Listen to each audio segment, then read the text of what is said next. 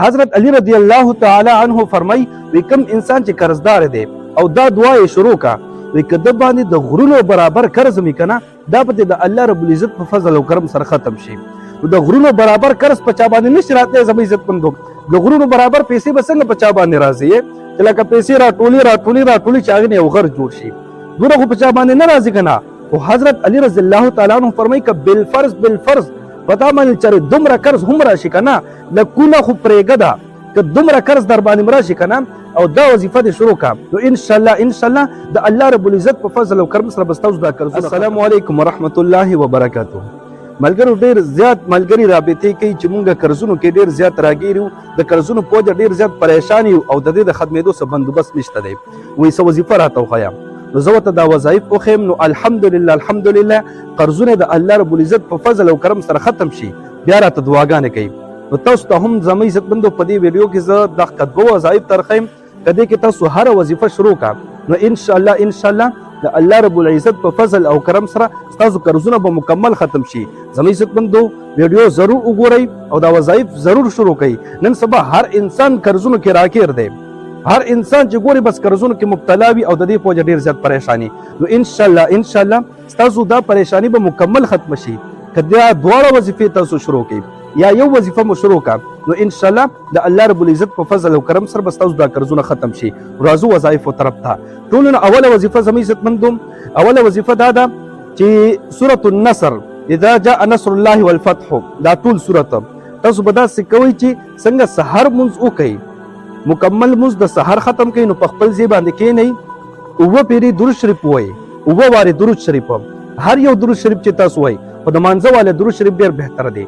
نو اووه پیرې به درود شریف ووایئ او بیا به ورپسې یو څلوېښت وارې سورة النصر ووایئ اذا جاء نصر الله والفتح د قرآن پاک اخري سپاره کې دی. نو دا به تاسو یو څلوېښت وارې ووایئ چې یو څلوېښت وارې دا برابر شي بیا ورپسې اووه وارې درود شریف ووایئ او بیا ورپسې د قرض ختمېدو دپاره دعا وکړئ. دا عمل به تاسو مستقل جاري ساتئ. دا نه چې بس دوه درې ورځې وکړئ بس بیا پرېږدئ نه دا به جاري ساتئ میاشت دوه میاشتې وکړئ.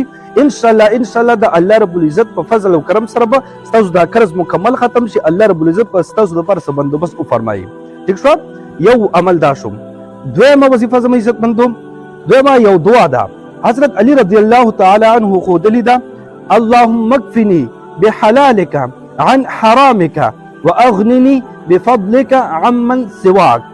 دا دعا د زما عزتمندو حضرت علی رضی الله تعالی عنه فرمای وی کوم انسان چې قرضدار دی او دا دعا یې شروع کا وی کده باندې د غرونو برابر قرض میکنه دا به د الله رب العزت په فضل او کرم سره ختم شي. د غرونو برابر قرض په چا باندې نشي راتلی زما عزتمندو. د غرونو برابر پیسې به څنګه په چا باندې راځي چې لکه پیسې راټولي چې هغې نه یو غر جوړ شي دومره خو په چا باندې نه راځي که نه.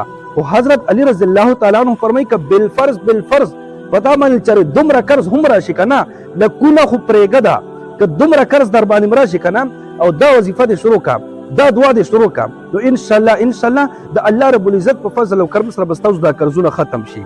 نو دا دعا چې دا به څنګه طریقې کار وي څنګه ترتیب سره به وایو کم ټایم کې به وایو نو زما عزتمندو ټایم معلوم نه دی وخت معلوم نه دی تعداد معلوم نه دی چې څونه تاسو نه کېدی شي دونه وایي. بس ځان له خپل یو ترتیب جوړ کړئ.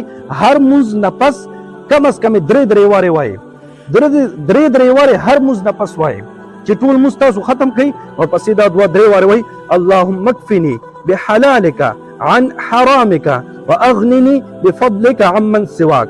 دا یو شو بیا درې وارې هر مونځ نه پس دا تاسو جاري ساتئ. نو انشاءالله په ورځو کې دنه به ستاسو قرضونه ختم شي. زما عزتمندو دا دوه وظایفو آسان وظایف دي که دې دواړو کې تاسو ته هر یوه اسانه وي بس دا شروع کړئ مستقل جاري ساتئ نو انشاءالله په ورځو کې دنه به ستاسو قرضونه ختم شي. کوشش کوئ دا وظایف شروع کړئ او ویډیو د ثواب په نیت باندې ډېره شیر کړئ هر طرف ته شیر کړئ چې ټول مسلمانانو ته ورسیږي او تاسو ته دعاګانې کوئ. ټیک ده الله رب العزت مو خوشحاله باد ساته. دعاګانې کوئ دعاګانې به کوو. الله په امان.